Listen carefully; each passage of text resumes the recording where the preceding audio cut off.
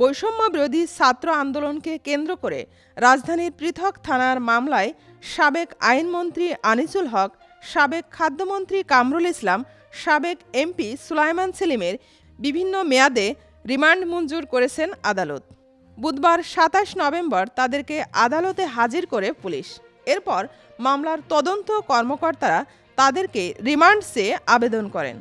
শুনানি শেষে Dhaka metropolitan magistrate Belal হোসেনের আদালত তাদের রিমান্ড মঞ্জুর করে আদেশ দেন।